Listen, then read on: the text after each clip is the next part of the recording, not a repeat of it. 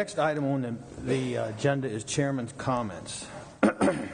This evening we have four items on the agenda: Nellie Woods, Smith Point Reserve, the Yoder property, and a preliminary subdivision, Guilford.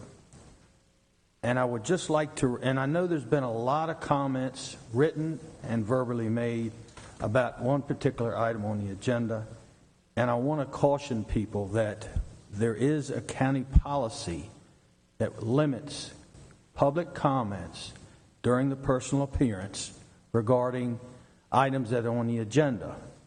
However, I would like to make the comment that PG&M is working to look at those that current policy and make revisions. And I will make it perfectly clear, if anyone making a personal appearance tonight starts down that path of making a comment of any items on the agenda tonight, I will caution you to stop and please sit down, because this is something that the commissioners really want to stick to is public policy. With that, Mr. Ken Hastings.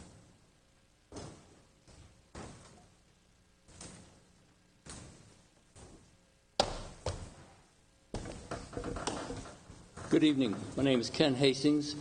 I'm with the Mason Springs Conservancy, and I'm well aware of your policy about things that are on the agenda, but I'm not clear on how to deal with things that are not on your agenda that I believe should be on your agenda. And to be clear about that, I believe that you are due some sort of a presentation from PGM on the questions you asked on January the 12th. But I don't see those on the agenda for this evening. I expected a presentation with PowerPoint and the whole bit, because this was a big deal. It's a big deal when the majority of the Planning Commission says we need more information on what the effects of these regulations are on traffic safety and also on the environment. And I don't see that on the agenda tonight. And so my question is, when is that going to happen? Is it on the agenda and I missed it? Or are you going to do it at some later time? No, I won't respond to your question, Mr. Hastings. And staff who's in the audience, please correct me if I'm wrong. They are going to make a formal presentation this evening, because that is the last item on the agenda. They're not only going to address the concerns that this planning body had in relationship to the previous time in terms of traffic, and I think environmental, and I think there was a couple other adequate public facility issues that were brought to this body's attention. And they will brief, because we have new Planning Commission members who have not heard a lot of this, and they need to hear that so they can make their own decision. Is there a document somewhere that has this? I mean, I tried to come here prepared so I would know what was going on, and I don't see a document dedicated to this process. It was, from what I understand from Mrs. Pickrell, the recording secretary, it was on board docs. I read all the documents that are on board docs. I did not see even the questions you asked, much less the answers that you asked. So I'm not sure where this is going, and I'm sort of in no man's land here, because this is important. The Planning Commission thought it was important. You didn't vote on the 12th because you wanted answers, and for years I've sat here and watched this whole process and wondered, okay, where's this going? What happens with adequate public facilities? What do they really mean? And why is the traffic always getting worse? And why is it that when I do my survey work in Mattawoman Creek, it's always dirtier than it was last year? So either the process is wrong, the ordinance is wrong, or the application of the ordinance is wrong. So I was relieved when the Planning Commission asked the question you did on the 12th. And I've been sitting around waiting for a kid looking forward to Christmas for this to happen, because I don't get to ask those questions, but the Planning Commission does. So I would like to know that this is being handled seriously, and that someone besides the applicant is actually responding. That's not clear from what I read in board docs. I look at board docs. I did see a staff report, and I did see something in there about the 12th, but it also was a note in there that said that portion of the staff report was written by the applicant. I have a serious problem with that. So you tell me, can I go on and ask my question, or am I in no man's land? What's going to go on here tonight relative to these important questions that have never been asked before and for which there has never been a public hearing? Now, one way out of this whole thing here is just to have a public hearing. I think I have people back here that would support that, because this just doesn't work out very well. If I may, and Elizabeth Theobald's counsel for the Planning Commission here. I'm sorry. Can you hear me? I can't hear you. Sorry about that. Is this any better? Yeah. Okay. You asked about the questions that were raised by the prior Planning Commission, or the Right. ones without our new members right now. At the time, my understanding of how everything has gone, because we do have new members, we went ahead and incorporated the questions that were asked by the prior Planning Commission into the current report. I believe that did in fact include an addendum. Is that correct, Mr. Ball? So therefore, that should have already been incorporated into it. We've done, I believe it was staff's belief that to give too many documents was not going to make sense to this planning board, so that they could go ahead and hear everything from the very beginning to the very end, including the concerns that were raised by the planning Right, commission. and I'm all for that, but you said we have incorporated them into the plan. Staff. Who staff, but staff did not write the comments that are addressing the Planning Commission's issues on the 12th. It says so right in the staff report. So if that's the case, if that is really true, and then I want a piece of the action. If the applicant is going to be allowed to provide a lens for you to look at, to see his view of the real world, I want to bring my own lens to the party.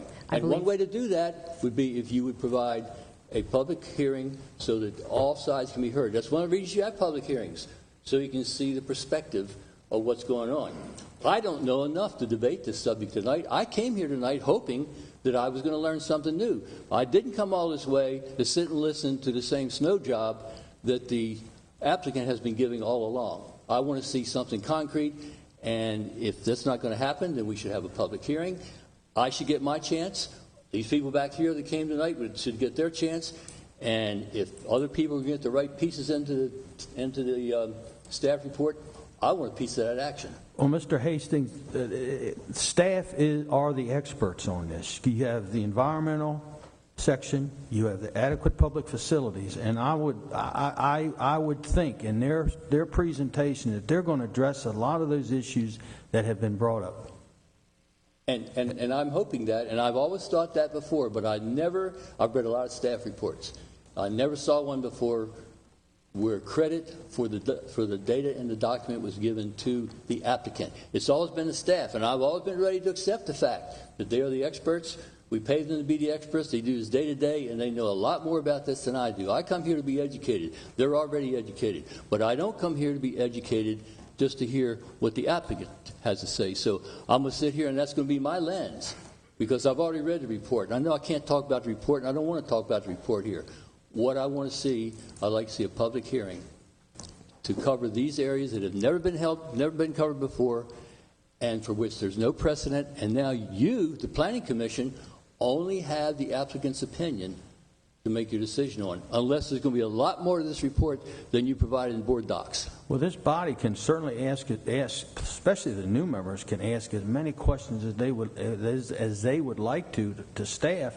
And some of those questions may be reflective of what some of the questions that we asked back, I don't know, several months ago. And I might have some questions, too, to ask staff. So we can certainly do our best we can to bring those issues to the light and have staff address them. Okay, and I'll be happy with it. I think you should probably start off with a statement of the questions to make sure that they're covered, because what I saw in the board docs was not that. Thank you. Thank you, Mr. Hastings. Hello, Bonnie Bick, and I'm Conservation Chair for the Southern Maryland Group of the Sierra Club. And I'm here to talk generically about the need for a hearing when you have a large decision that is going to be pivotal in the future of the county. And I just would like to say that I'm here because I feel like there should be public hearings when big decisions are made. And this is an opportunity for us to ask for a public hearing when there are big issues before us. And I would like just everyone in the audience that believes that there should be a hearing to stand up, please.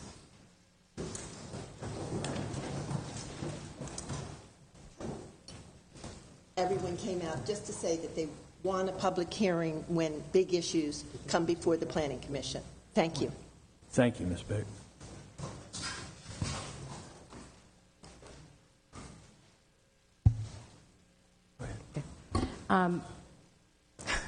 Mr. Bowling just asked me to go ahead and address a couple of issues with reference to the requests for hearings. One of the things that I know that the Planning Commission members have really struggled with is the fact that this review process at this point in the development and application process actually is an administrative hearing. And at this point, regrettably, the process does not allow for a public hearing and public comment. There are a couple of concerns for that. One thing is if it's an administrative process, meaning that the applicants will go ahead and submit a project, and it's the staff's job to go ahead and compare the subdivision regulations and zoning ordinances and things to the application, and then to go ahead and analyze it and make that presentation today, it would be, I actually really think it would be unfair to you all who want to go ahead and feel that if you wanted to have a say, which would actually make a difference, it would be disingenuous. What I am going to say, though, is that because there has been so much concern, raised by each member of this Planning Commission, prior members of the Planning Commission, and staff as well, what Planning and Growth Management is doing is looking at developing a process which does allow for public input at a very early stage, so that therefore it balances the needs and concerns that the public, like yourself, would like to make a developer aware of if a project is going to try to proceed. So at this point, the administrative process does not, in fact, call for it, but you have made enough of a statement to go ahead and be present today. I don't want to diminish that. And I can only say now that staff is in the process of developing something. And I will have to say that even though they are developing it currently, and I've actually seen it, and actually in the last couple of meetings I had to update the Planning Commission members because they were asking for it as well as to the reasons why it's not here right now. But even if it were to be an acceptable process to include public participation in an administrative process, it won't apply to anything that's before this commission tonight. I understand that, but my question is, the Planning Commission has the right to request a hearing. Isn't that true? Maybe it's not in the formal procedure, but I believe that there is the right to request a hearing by the Planning Commission.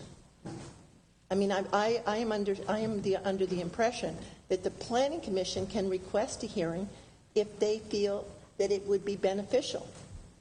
Beneficial and legal are two different things. Even if they wanted to go ahead and call for some kind of a special meeting, first of all, it may not be able to be accommodated this evening. And second of all, it would be contrary to what I would give as legal advice with reference to public participation in an administrative process. And I need to go ahead and really emphasize, I am not without sympathy, empathy, and understanding of your position. But Ms. Bick? Yes. Your public appearance is over. I've already gone ahead and addressed your question. With all due respect, thank you so much. Well, I'm sorry. I protest the idea you may that protest it would not be legal to have a public hearing. It would be ill-advised and contrary to legal advice. So therefore, thank you very much, Ms. Bick. It speaks poorly of a county that cannot ask for, when their own planning commission it cannot ask for a public hearing if that is in the regulations. It speaks poorly because public participation makes things better. Thank you very much for your comments, Ms. Bick. Have a nice evening.